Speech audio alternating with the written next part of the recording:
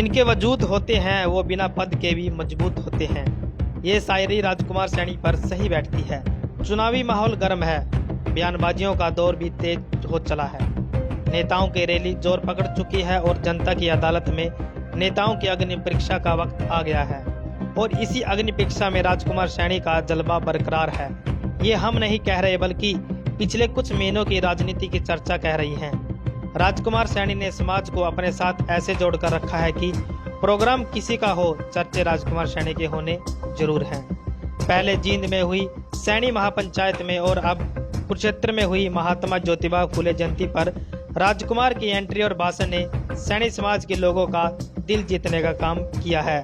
वर्तमान में बिना किसी पद के भी राजकुमार सैनी बाकी अन्य नेताओं से मजबूत माने जाते हैं। भाषण शुरू करने से पहले और बाद में आम जनता के द्वारा लगाए गए नारे किसी भी नेता की राजनीति की ताकत को दिखा देती है। वहीं कुरुक्षेत्र में हुई महात्मा ज्योतिबा फुले जयंती पर राजकुमार सैनी की ताकत देखने को मिली। ये जो आप नारों का शोर सुन रहे हैं, ये राजकुमार के एंट्री के समय की है।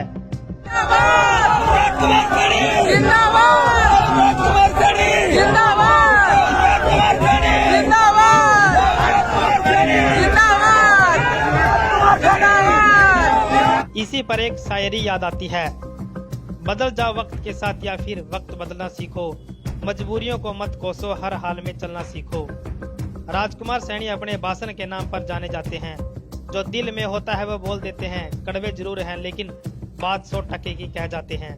शायद राजनीतिक आदमी को ऐसे ही होना चाहिए, जो वोट बैंक की परवाह न करते हुए सच बोलकर जनता का दिल जीत लेते हैं। इसी बीच एक शायरी और याद आती है, राजनीति बनाती है आपकी पहचान, जिसने किए अच्छे काम उसका हो गया देश में नाम। ये नाम ऐसे ही नहीं बनता बल्कि आम जनता के हित और समाज के बारे में बिना अपने हित के बोलना पड़ता है।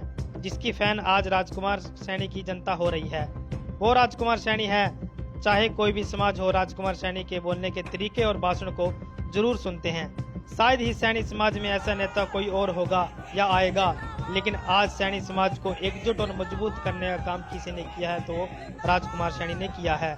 आप पिछले महीने की राजनीति से देख सकते हैं कि राजकुमार सैनी का जलवा आज भी बरकरार है। आप इस वीडियो को कैसे देखते हैं, कमेंट करके जरूर बताएं और अगर आपको ये वीडियो सही लगी तो शेयर करना ना भूलें।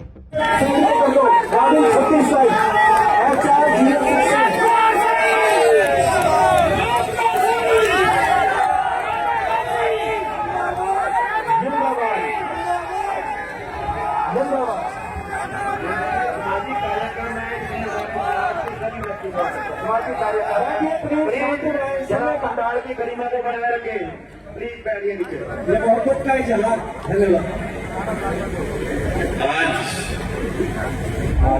बहुत ही खुशी का माहौल है। सबसे पहले मैं बधाई देना चाहता था नवनियुक्त या नवनियुक्त कहूंगा हमारे हरियाणा प्रांत के जो मुख्यमंत्री भाई नायब सिंह को, लेकिन मालूम नहीं मेरे को समय थोड़ा एडवांस दिया जा रहा है। मैं तो उन्हीं की शान में 2 शब्द कहने थे। बड़े मुश्किल से फल आते हैं और इन फलों को साझा करने के लिए मेरी 28 साल की तपस्या है। मेरी 28 साल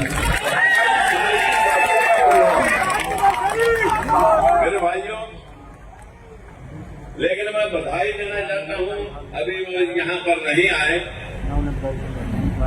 जब भी आएंगे मेरी बधाई उनको एडवांस में बहुत बहुत धन्यवाद मैं भारतीय जनता पार्टी का कहना चाहूंगा। ये जो है भले देर सही, लेकिन समझ में आ गया कि जिस समाज को सभी राजनीतिक दल पीछे रखते रहे, आज उस समाज को अग्रणी करके आगे बढ़ाए बिना किसी भी पार्टी की नैया पार नहीं हो सकती। इसलिए बधाई देता हूं भारतीय जनता पार्टी को। भले उन्हें देर में समझ में आया, लेकिन समझ में आया कि भाई नायब सिंह सैनी को मुख्यमंत्री बनाया है, मैं उनको भी बधाई देता हूँ और भारतीय जनता पार्टी को भी बधाई देता हूँ और आप सबको भी बधाई देता हूँ कि आप यदा कदा बहुत सारे सम्मेलनों में जुड़े रहे। आप लोगों ने मेरा भरपूर साथ दिया, आज भी साथ में है। मैं आज आप ही के प्यार को साझा करने के लिए आपके बीच में आया हूँ। मित्रों, मैं बधाई देता हूँ मनोहर खट्टर जी को भी, क्योंकि उन्होंने अपनी कुर्सी छोड़ी, चाहे वो भले पार्टी के मुखियाओं के आदेशानुसार छोड़ी होगी, फिर भी कोई कुर्सी छोड़ने के लिए तैयार नहीं होता, उन्होंने छोड़ी। और भाई नैब सिंह सैनी और हमारे समाज के एक भाई को मौका मिला आपकी सेवा करने का। आप सभी को बधाई, पार्टी के कार्यकर्ताओं को बधाई, समाज के बंधुओं बहनों और भाइयों को बधाई।